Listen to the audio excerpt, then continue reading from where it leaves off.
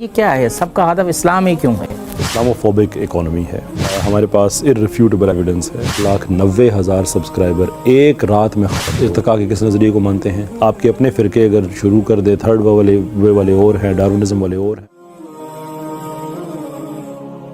صاحب آپ تو ماشاءاللہ ان تمام سلسلوں پہ کام کرتے ہیں. آپ کو یہ نظر نہیں آتا کہ سب کا بنیادی ہدف اسلام ہے؟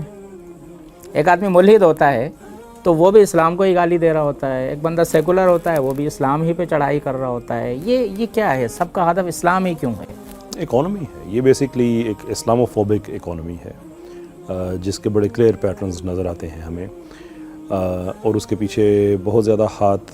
ویسے تو ہر چیز کے پیچھے ہم کہہ دیتے ہیں کہ وہ بھارت ہے، یہ ہے، وہ ہے، امریکہ ہے اینڈ سو فورتھ، لیکن ان چیزوں میں ہمارے پاس irrefutable ایویڈنس ہے کہ ہندوتوا کی ایک بڑی، اور اس میں ایک چیز واضح کرنا چاہوں گا کہ میرا یہ تبصرہ ہندو مذہب کے ماننے والوں پہ نہیں ہے. یعنی جو سناتن یا ہندوازم ہے وہ ایک چیز ہے، ہندوتوا ایک اور چیز ہے. وہ مخصوص لوگ بھی اس طرح سے کہ ہندوتوا والے خود کہتے ہیں، ان کے گرو جی یہ وہ وغیرہ کہ یہی ہندوازم نہیں ہے بلکہ بائی فورس ایک مسلط کریں RSS اور BJP وغیرہ کے لوگ، مطلب جیسے یہودیت میں صہیونیت ہے تو اس ٹائپ کی چیز. جی بالکل. تو ان کا تو بڑے کلیئر پیٹرنز ہیں یہ کہ آپ اسلام کے خلاف بات کریں تو اس میں بھلے آپ ہندوازم کے بھی خلاف بات کر جائیں تھوڑی بہت وہ بھی چل جاتی ہے.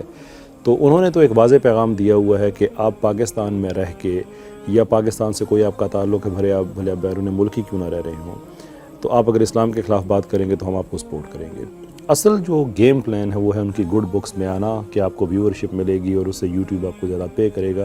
اصل گیم پلان یہ ہے، اور اس کے کئی ایویڈنسز ہیں. ابھی ریسنٹلی ان کا ایک سو کولڈ ایک ایکس مسلم بنا ہوا تھا، اس سے دو چار باتیں ہمارے الحمدللہ ایمان یونین کے پلیٹ فارم پہ ہی ہمارے علی رضا خرم صاحب ہیں، عامر حق صاحب ہیں، انہوں نے ان سے کچھ باتیں کیں تو ان کے منہ سے کچھ سچ نکلے. تو ایک ہی رات میں 1,90,000 سبسکرائبر ایک رات میں ختم ہو گئے.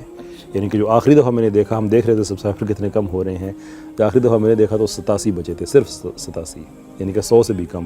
اس کے بعد جب میں نے دیکھا تو میسج آگے لگا ہوا تھا کہ یہ چینل اویلیبل نہیں ہے، یعنی کہ وہ بند ہو گیا.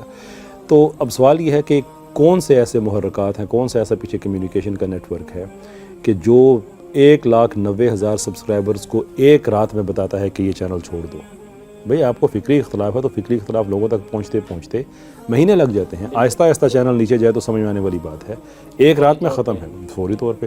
تو یہ ایک واضح پیغام ہے ان سب کے لیے کہ تم نے صرف اسلاموفوبیا ہی پھیلانا ہے، اسلام کے خلاف بات کرنی ہے. صرف اکانومی اس لیے اسلام کے خلاف بات کرتے ہیں.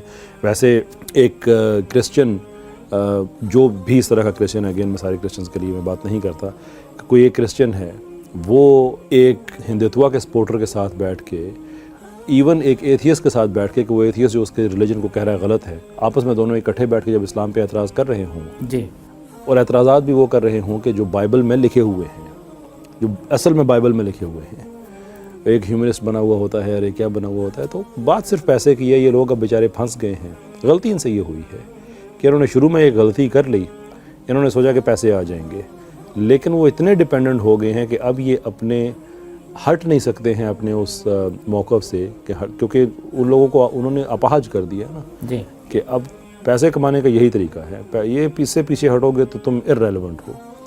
باہر یہ لوگ جا نہیں سکتے. اسلاموفوبیا پہ ان پہ بہت سے کیسز بن سکتے ہیں.